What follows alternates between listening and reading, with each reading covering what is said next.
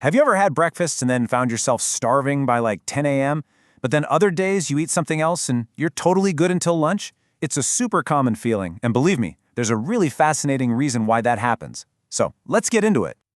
Yeah, this is the classic example, right? You have a couple of slices of toast, and pretty soon your stomach is rumbling for a snack. But an omelet? You can just sail right through the morning, no problem. And this isn't in your head, there's some real physiology at play here. Okay, so the best way to picture this is to think of these foods as two totally different types of athletes fueling your body. Bread, well, it's a sprinter. It's all about a quick, fast burst of speed. Eggs, on the other hand, they're the marathon runners. They're built for endurance. So first up, let's talk about our sprinter, bread. When you eat bread, your body basically sees this flood of really easy-to-use carbohydrates.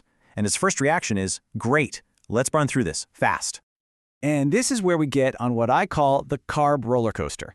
See, those carbs in bread break down into glucose almost instantly, which then floods your bloodstream. That's the blood sugar spike. And yeah, you feel that quick jolt of energy. But, as we all know, what goes up must come down. And you know what comes after a big spike, right? The crash. That super fast rise in blood sugar is always followed by a really dramatic fall. And as your levels plummet, that's when hunger comes roaring back. This whole up and down cycle is exactly why you're raiding the pantry an hour after breakfast. All right, now let's talk about our marathon runner, eggs. Inside your body, they tell a completely different story. This is a fuel that is absolutely designed for the long haul. So what's their secret weapon? It all comes down to their makeup, protein and fat. These are really complex nutrients, and your body has to work a lot harder and a lot longer to break them down. And that, right there, is the key to feeling full. So instead of that wild roller coaster, you get this steady, deliberate marathon pace. Digestion is slow and controlled. This actually triggers the release of satiety hormones. They're the ones that send that powerful, hey, I'm full message to your brain, all while energy is being released nice and gradually to keep you going for hours. The difference is just night and day, right? With eggs, you don't get that jolt of energy. You just get a steady, stable burn. There's no spike, and more importantly, there's no crash. It's just sustained fuel to power you through your day. So we've got our sprinter and our marathoner. But what's the actual science making all this happen? Let's take a quick look at the biology behind feeling full, or what scientists call satiety. A huge part of this puzzle is something called satiety signals.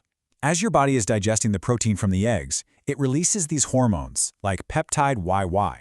Think of them like little messengers running up to your brain with a very clear instruction. Hey, we're good down here. You're full. You can stop eating now. It's literally your body's own appetite control system. The fat in eggs plays a massive role too. It slows down a process called gastric emptying, which I know sounds super technical, but it's really just a fancy way of saying how quickly your stomach empties itself. By putting the brakes on this process, the food physically stays in your stomach longer, which makes you feel full for a lot longer. Okay, let's just lay this all out side by side. It makes it super clear. For our sprinter, bread, the main fuel is carbs. They digest fast, the energy release, that classic spike and crash. So the fullness factor is pretty low. Now look at our marathoner, eggs. The fuel is protein and fat. Digestion speed is slow, the energy release is steady and gradual, and the result, a much, much higher fullness factor. So, does all this mean that bread is bad and we should never eat it again? No, absolutely not. It is way more nuanced than that. Context is everything with nutrition, and it's all about how you combine things. Think about it. Take that same slice of toast. Maybe it's a good whole wheat toast with some fiber. And you add some avocado, or maybe some almond butter. Well, by adding that healthy fat and protein, you totally change the game.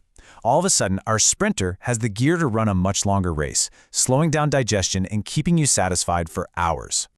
And that really brings us to the most important point here. Food isn't about good versus bad. Bread is actually a great tool when you need a quick burst of energy, say before a workout.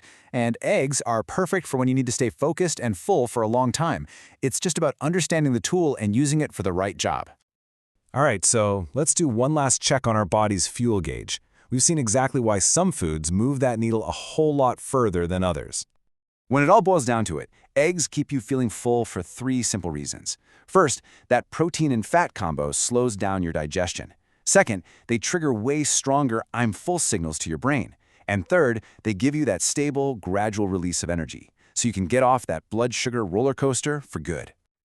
You know, this is really simple stuff, but it's also incredibly powerful. Understanding how food actually works in your body isn't about restriction, it's about empowerment. It gives you the power to make choices that help you feel your absolute best. So, now that you know the story of your food, what story are you going to choose to write for your day?